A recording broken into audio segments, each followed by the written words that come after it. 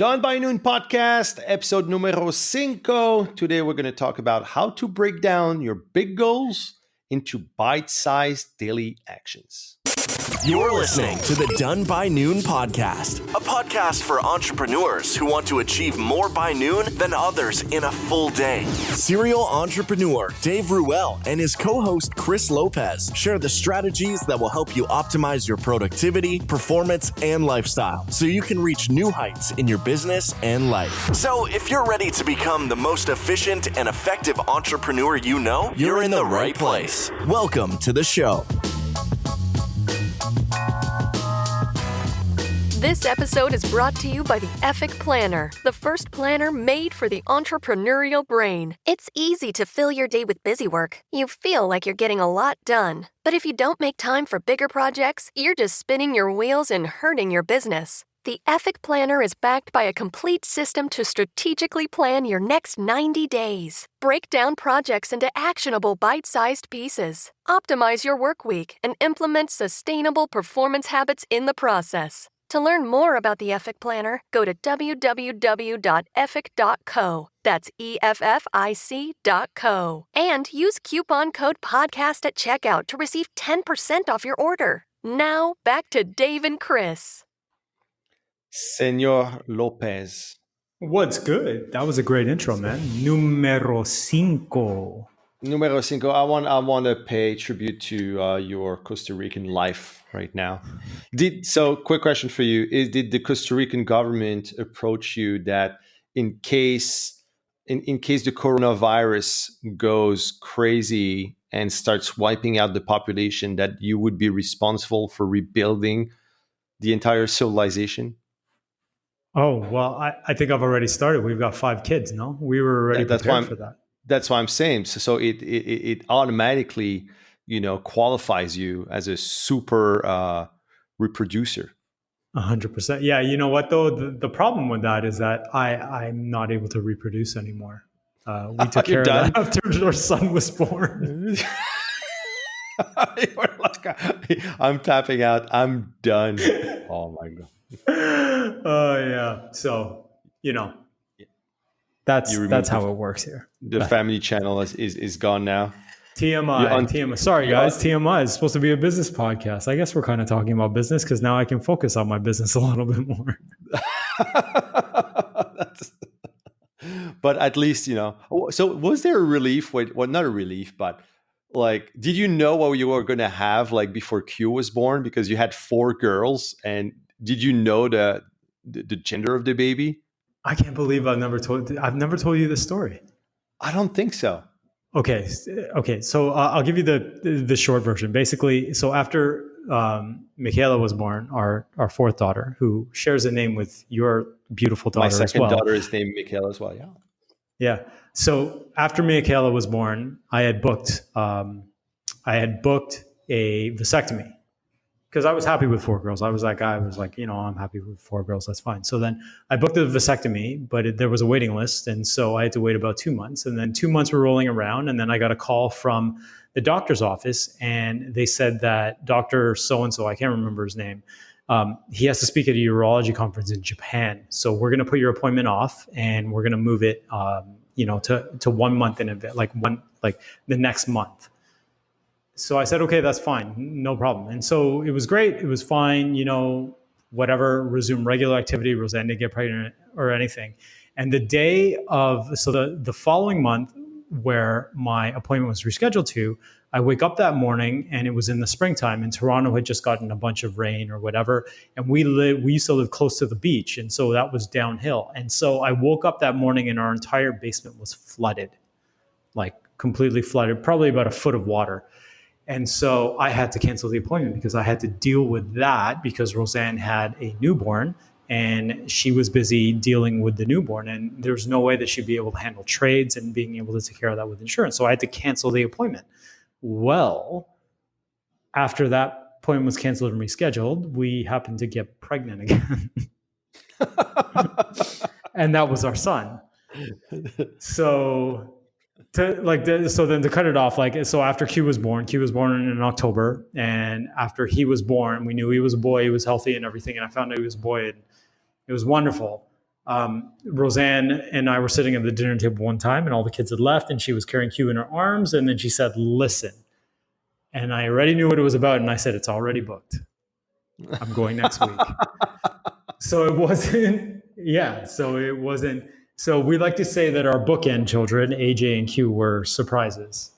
They were the surprises, but I mean, no regrets. We're so happy that we have them both. But yeah, no, I had 2 vasectomies booked before Q was born, and that's how we would say he's like the golden child he was meant to be. If you don't believe in destiny, guys, this is your ultimate proof right there. So now I have 4 I, daughters and a son. like you got the flood as well, like the biblical flood coming to your house to tell you that you would have another son, Oh, exactly. or you have Well, your see, first son. there's a Noah's Ark story within that, right? Because it was the flooding that caused them to like make sure that they kept the Earth's population going, and that's exactly what I did. You know what? The funny thing is that Q is the last Lopez. So my dad is the last Lopez on his line, and so he had 2 sons. My brother is not married, um, and there's no prospect of him having any children right now. So, It's like, the same with my brother. oh Is wow, the last of the Ruels. Yeah, and it's very crazy. So it is the same thing for him. It doesn't have kids yet, yeah, but if he doesn't have a son, our line will be our family name will disappear. It's that's crazy incredible. when you think about it, and it's been going on from generation to generations. But our family name, like, it's just we were the only boys, me and my brother, from for the whole family. The rest are girls, and on all sides. So that carried the name Ruel. So yeah, it's all on him. And you know the weirdest spot. That's something that I have find over. I went pretty crazy into my like researching my into genealogy and researching my family tree and things like that. So my mother's family name is Cox, Cox. It's a There's a British, family show, Dave. yeah, I know, but it's a British name, and I did the research, and I found like where my first ancestor who crossed the pond. His name was William, and he was my great grandfather. And Okay. I found the whole family tree there, like on the website. I found his birth certificate and all this stuff, and I found out that the name William Cox has been carried in the family from since the latest one that I found was born in like the early 17th century, so Oh 16 wow. in the early 1600s. For the last the Will, and that's the last one, the last ancestor that I found named William Cox. And my cousin, so my mom's brother's son, his name is William Cox, and he is the last of his name. So he's the last of the Coxes, like male.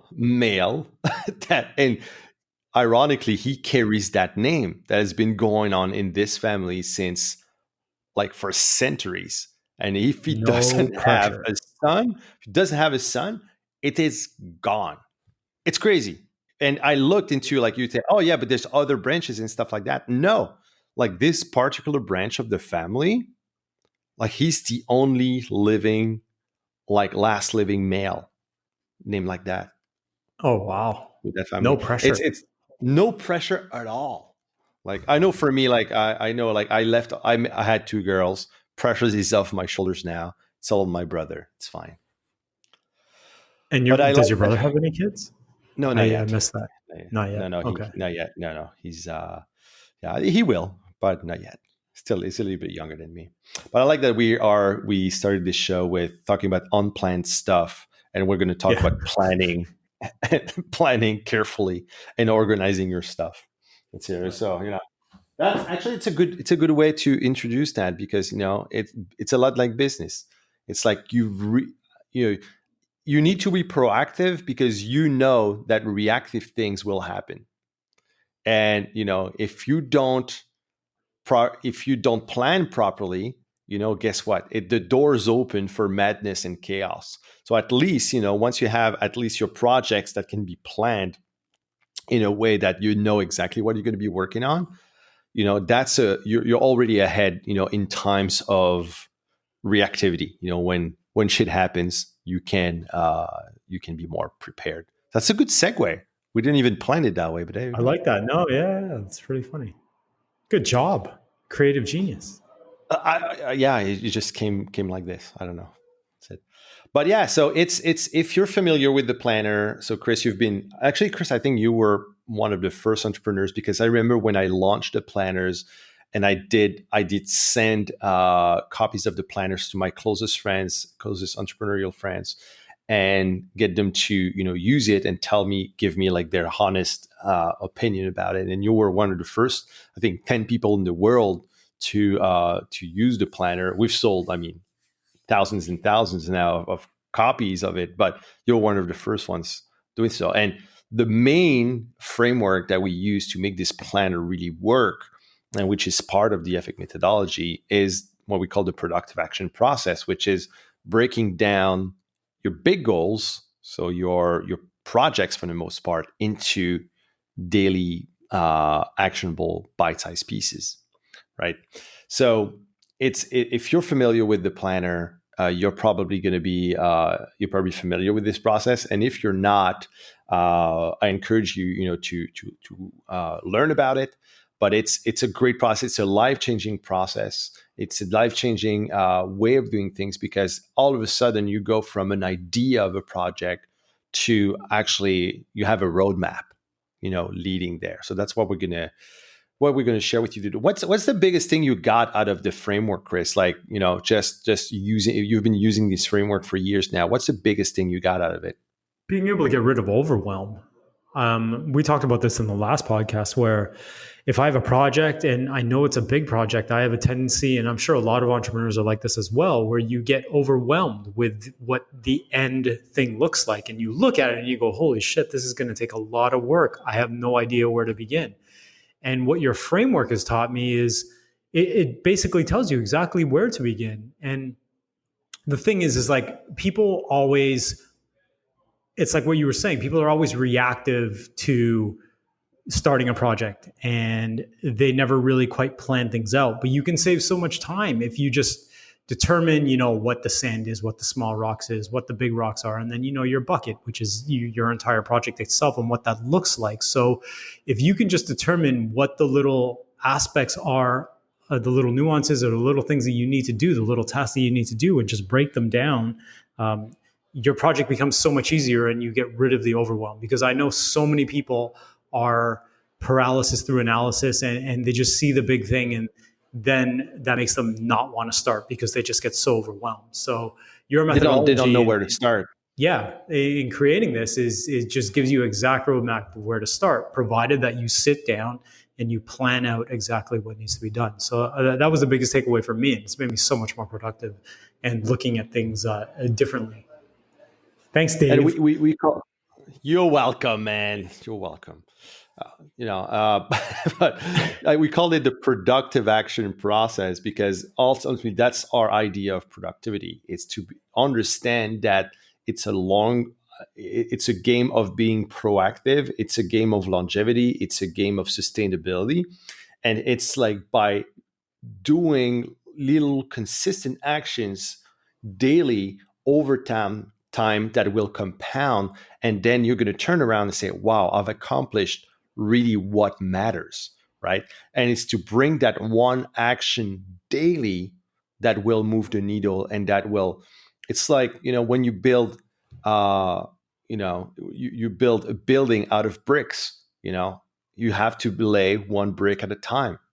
And if you don't lay one brick properly, it could have consequences later down the road. So it gets you to really understand, what you need to do in order to lay that brick perfectly and move on to the next. And after, you do that systematically for an extended period of time, you end up with a perfectly solid building.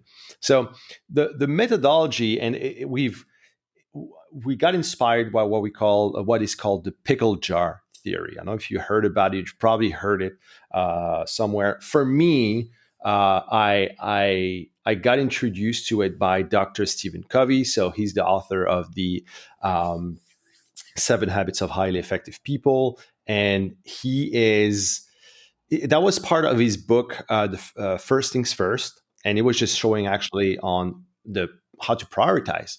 But he used that analogy, if you want, to show the priorities in life. And for me, like I was so impressed with this analogy, and when I saw that, I was like, "Wow, this is so good." But instinctively, what I did is start using this for my project. So understanding, okay, this is important, this is of smaller importance, and this is like kind of the very small stuff. But what I started understanding as I was doing it is I had built like that framework that included what we call load management. So we talked about load management in the first few episodes, but it's the amount of work that you can actually carry. So I started referring as a project to projects as buckets. So it's actually you carry a bucket that you're going to fill with rocks, with big rocks, small rocks, and some sand that you're going to be carrying, right? And that's a load that you're going to need to carry. And in order to be not to burn out, we set up a system that is 90 days that where you're going to carry these buckets for 90 days, but you're going to offload, as you walk, let's say, towards your end goal, you're going to offload this bucket every single day, and you're going to come with a lighter workload as you go. So it's we took it that way. Basically, his analogy with Dr. Covey's analogy, and he again, like he didn't invent it, but he popularized the like the I would say like not the framework, but he popularized like the way it's being displayed, if you want. So if you take a jar, so he uses a jar, and you have big rocks, small rocks, and sand. The way most people are going to do it is that, or the way people tackle things is that they're going to be working on the small stuff first. So they're going to be working on small details, things that don't really matter right now, but things that we tend to put too much emphasis on. And so once you do that, he took like that's what he explained, and he took the jar of the sand and he put that into the big jar, and you had a solid layer of sand at the bottom of the jar. After that, what most people are going to do is that they're going to move on to things that are a little bit more important. So small rocks. So he poured that into the jar that created another layer of small rocks. But based on that, when you want to move on to the more important things, I hear that means the big rocks here. There's not going to be enough space for in the jar to welcome the big rocks. So you're going to leave the important things. You're not going to be taking care of the important things, right? If you do the opposite though, and you put the big rocks first, so you identify, what the things that are very important, you put that in your jar. So obviously you're going to have the big rocks in your jar. Then you're going to pour in your small rocks. So things that are a little bit more important, you're going to pour in. But what's going to happen there is that it's not going to create like distinct layers. Right. The small rocks are going to fill the crevices created, between the big rocks.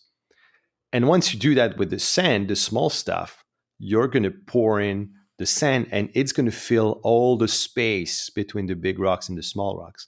And from there, what you're going to realize is that it leaves you with a bucket that is perfectly filled, that's not overfilling, but you're going to have space left. And you can see that. You can Google it. Like so many people, like the big rocks analogy, and there's videos that explain that analogy, like in different contexts. But what we did is we took this analogy and we created a framework to actually take your projects and break it down into daily bite-sized pieces.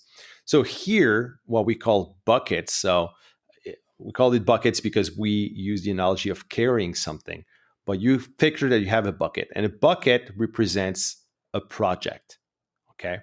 The big rocks Hey, Dave. will represent. Sorry, I don't mean to Yes. interrupt. I don't want to interrupt your flow, but maybe why don't we do this in the context of like in your documentation, you make the example of buckets being like creating a training course or writing a book or building a Mhm. marketing campaign. Why don't we give them context in the sense of like an actual example, so that we can, so that they can kind of, so that we have examples of what sand would be within the example, or what small rocks would be, or what big rocks would be. What do you think? Can we do that? Yeah, yeah, yeah. Let's do it. I'm just going to show you, like, to tell you basically like, what things are, and then yeah, good idea. Okay. We'll do a concrete example.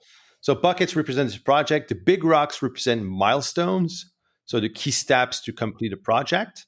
Okay, small rocks represent actions. Okay, so this will be the steps that you need to take in order to reach that milestone. And the sand represent all the movements, so all the smaller tasks that go under the small rocks, if you want. Okay.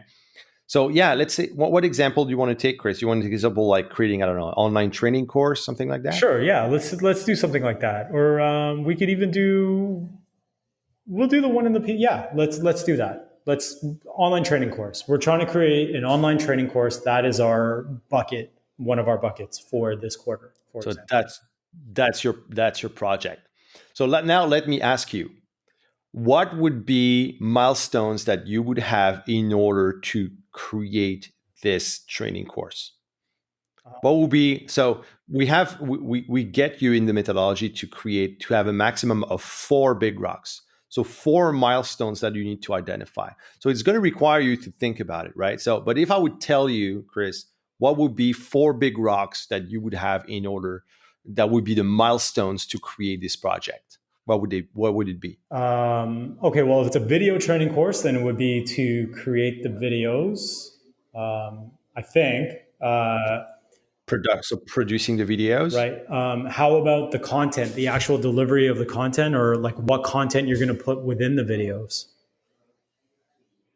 Okay. So that would be, so this like, so, okay, let's take the example of so we take one small rock. Okay. So that would be, let's say, production would be, 1 big rock. That would be 1 milestone. Okay. Now, if I would tell you, Chris, what would be 5 actions or 5 steps that you need to take in order to finish production of the videos? What would it be? Okay. Well, you would need the content of the So videos. creating content of the video. So you would take like a spreadsheet and lay out all the content that would be in these videos. Right. You would need to film Okay. them. So you would need. So how would you film it? Would you book a film crew? You would film them yourself. How would you do it? Yeah, you'd have to find a location, book a film crew. Yeah. Yeah. There you go. So there's like 3 Yeah, steps. determine the date that you were going to do it. I would probably do a shoot list and determine the order in which you're going to do it and what you're going to say with each one. So maybe scripting. Script. Yeah. And then maybe editing would, editing would be a final Yeah, step. editing would be the final step for that. So there you go. Right here you have a big rock and 5 small rocks. Okay, I see. So these are the things that you need to take on. So obviously a small rock will, and you're going to take that, each small rock that you're going to take, you're going to bring this small rock and perform it on a daily basis. So that means that you're going to spend time every single day performing a small rock. So let's say one of your small rocks, as you said, is creating a spreadsheet to lay out all let's say the topics and the points that you're going to be talking about. Right. Well, guess what? You're going to need to create it. So you're going to spend time. You're going to schedule the time to do it, and that's going to be one small rock. And that's a small rock you're taking out of your bucket, and then it's done. Okay, so you can go granular. We talk about the sand, but the problem is that we don't focus that much on the sand because these are details. You know what you need to do in order to create a spreadsheet. Okay, you go on Excel or Google spreadsheet, you create one spreadsheet, then you lay down, the 10 videos that you're going to be recording, and you find titles for them. Then for each video, you would have 3 parts for each video. So you need to create these 3 parts for all 10 videos. That'll be it. So that's the send. You know what I mean? But these are the things that you naturally, you're going to have to do no matter what. You know what I mean? To create this small rock. So it's pointless to get lost in the fact that you need to do all this because that's what you need to do. So once you identify that small rock, it's to focus on the small rock and not that much on the sand. The sand will be automatic. The sand will come out of the small rock, but that doesn't mean that you need to put too much emphasis on it. You know what I mean? There's just normal steps you're going to have to take. Does that make sense? Yes, perfect. Fantastic. That's a great breakdown. Thanks, man. Yeah. So see, like when you do this kind of exercise, is to first like understand. Okay, I got this project, this online course. Maybe like my first milestone is going to be doing the market research. Okay, so this is milestone number one, and from there you put a due date for this step. So okay, well that's going to be done week 1 or week 2, by week 2 of the quarter, something like that. Then maybe another milestone will be, do the whole preparation.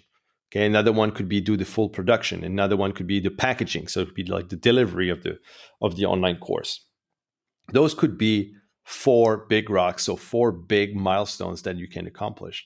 And from there is to start to look at a way to, so all the items that you need to do the small rocks that you need to create or to identify in order to accomplish this big rock, is for you to have a maximum of 5 items. So your brain is going to start processing things not as a matter of all the small details, all the sand are small rocks, and they're not. It's going to need for you to condense all the work that needs to be done into 5 steps. Yeah. Okay. And once you do that, now you remove the overwhelm because you're not focusing on the small details. You're focusing on actually what's the action that needs to be performed. Okay. So, and based on that, like based on these buckets, and we've tried it, like when I've built the methodology, like that's something I built for myself, but I also, as I was teaching other entrepreneurs, we tested it with different workloads. And what we identified, so there's 2 things that we identified, is that the maximum workload as far as the work that can be produced by a person who runs a business is about 3 buckets per quarter maximum. Okay. And I'm saying maximum because when you look at it, when you have 3 full buckets, and if you look at it from the stand that you have 4 big rocks, okay, so 4 milestones that you need to accomplish and 5 small rocks, so 5 actions in order to reach this milestone per bucket, you have 20 action items per bucket. Over 3 buckets, that's 60 action items that you need to accomplish over a quarter. A quarter is 90 to 91 days, right? So, and if you take into account that, you're going to have days off and that some of these small rocks will take more than 1 day to perform, you're going to be, your schedule is going to be full, right? So especially when you deal, because that doesn't take into account that you have the day-to-day operations, you have your meetings, you have your routines, all the stuff we talked about actually in the last episode that needs to be accounted for. Yeah, that you need to account for in your business, right? So if you have three full buckets, you will be busy in your quarter. That's for sure. So it's to understand that when it comes to load management is the amount of work that you can actually carry. And that doesn't mean that you cannot do more. Some people can actually tackle more, and I've seen that happen. But for the vast majority, 3 buckets is the maximum. And more than often, it's even less than that. Well, you can only carry. I think it needs to be said, especially with buckets. entrepreneurs. Like we always have a tendency to overfill our schedules, thinking that we can do more than we think. But you have to think about quality. And so when it comes to that kind of stuff, like I always say, especially if you're just starting out with this type of methodology, always start with less, and then you can add in as you see if you have free time, or you can handle a little bit more. But I'm always of the mindset of erring on the side of less and doing what you can with great quality, as opposed to trying to do more, but then you're doing it, like like shittily. Like you want to make sure that everything that you're producing is really good quality, and so sometimes less is a little bit better in that sense. And here's the thing with workload, like, and we talked about it in the first episodes about the three sports performance principles um, that we use if you want as the backbone of the methodology, is that you're going to be you're going to adapt to a workload. So it's like bench pressing. You're not going to start bench pressing 225 pounds right away. You're going to need to build your way up there.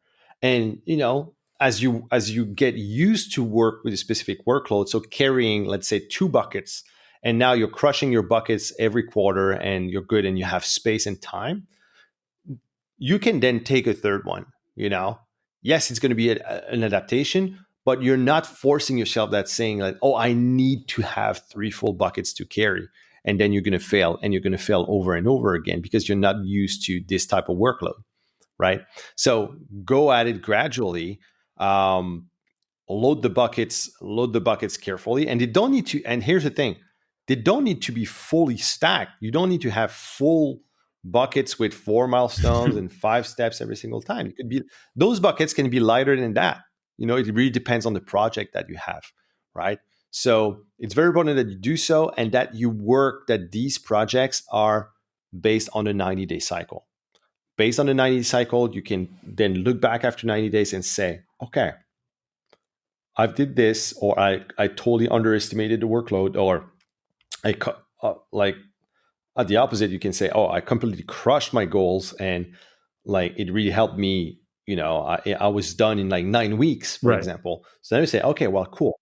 Now I can actually achieve a little bit more next time, or that can build you, the capacity to take on new stuff or start a new project faster because you're done this one, it's already up and running, and you can take on a new project. So what that builds you over time, the consistency that you would have by focusing on one small rock every day and be consistent with it, will actually bring you speed on the long term.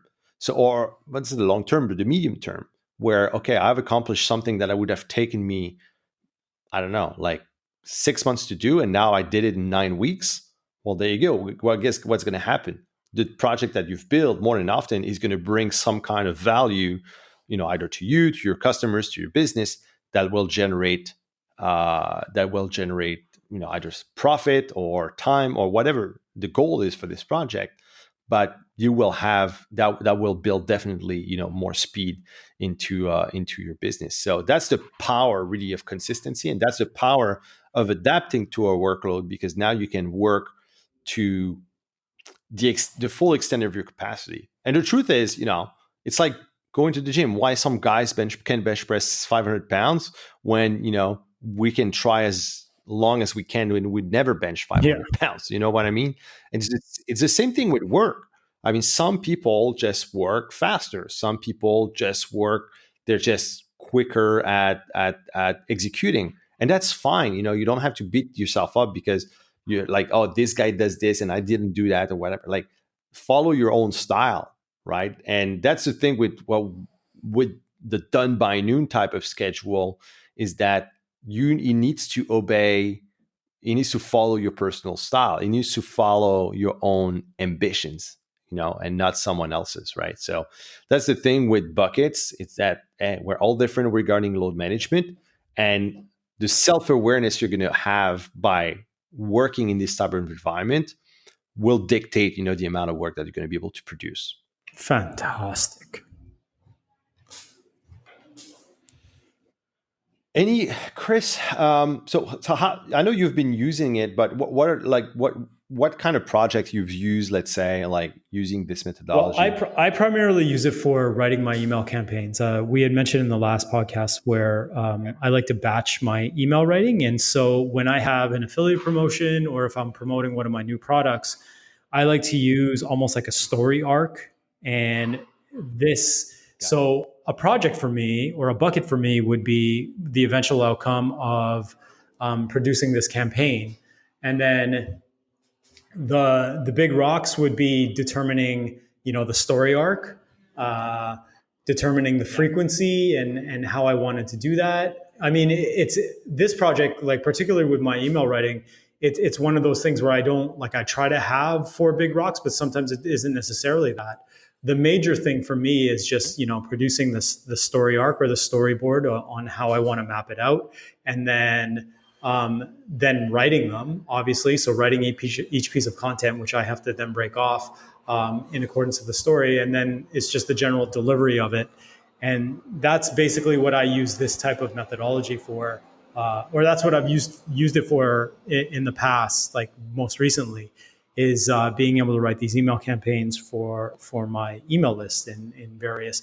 And the thing is I may have several campaigns going on at the same time because I have different types of lists, and some readers aren't interested in things as much as other readers. So I might have different campaigns going on at the same time. And so it's a really good way for me to switch my mind off and focus on one thing and then turn it off and onto another when I know that I've got specific buckets on what I need to focus on. Does that make sense?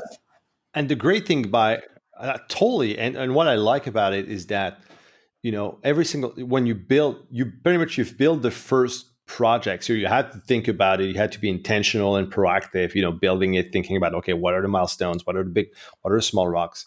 But the great thing after that is that you now have a process that you can duplicate. So you can take this process, you can take this bucket and do a copy paste for let's say the email campaign that you're going to have in 3 months from 100%. now. Yes, you're going to tweak some things, but you have that framework and you just need to follow it, right? You just add the different, let's say the market is different or whatever, you tweak it to fit your market or to feed the specificities of that campaign. But all the time that you're saving, by having that template already made, that the mental work of creating this has been done already, and you can just copy, because you're going to realize that a lot of the projects, follow the same type of framework. So it's, so you can take one project. Go ahead. Finish your thought, because Yeah.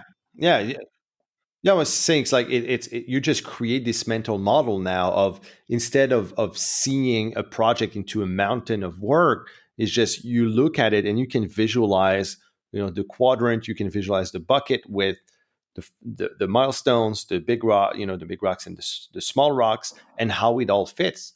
So all of a sudden your view is not into, okay, how am I going to do this? It's like, okay, this fits here, this fits here, and this fits here. And the more you do it, the more it becomes second nature. So when you adopt, this kind of methodology, you can produce actually at a faster pace over time. So that's the principle of adaptation. But it's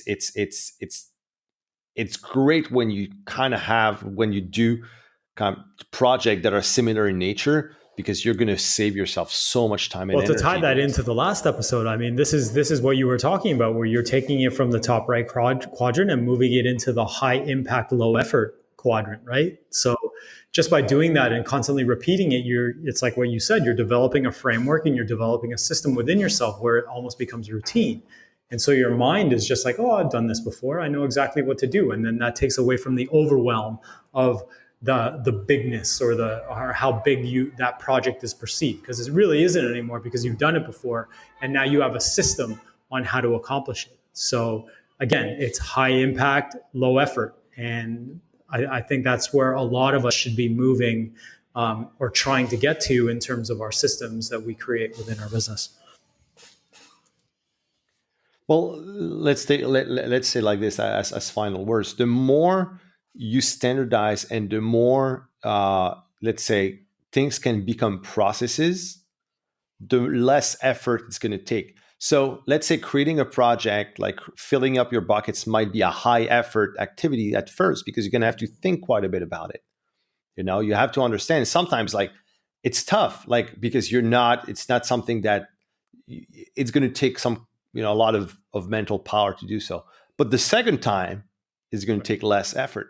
The third time, the fourth time, like, it's going to take less and less effort. So now you're moving into, something that is a process, if you want, that allows you to have that impact that you want, but save like a lot of precious effort and energy. So, this is why, like, if you want to be productive and especially sustainable with everything, that's why the power of building that capacity through processes is important, in business. I think, Chris, what we're going to do next episode too is that we are going to go through the done by noon framework, like, the real done by noon schedule building, like how to actually build one, because where it's a framework that is very flexible, that you can adapt to your own context. But I think, like, now we've talked about what, 2 episodes ago, what's really important in your business, how to identify your money moves.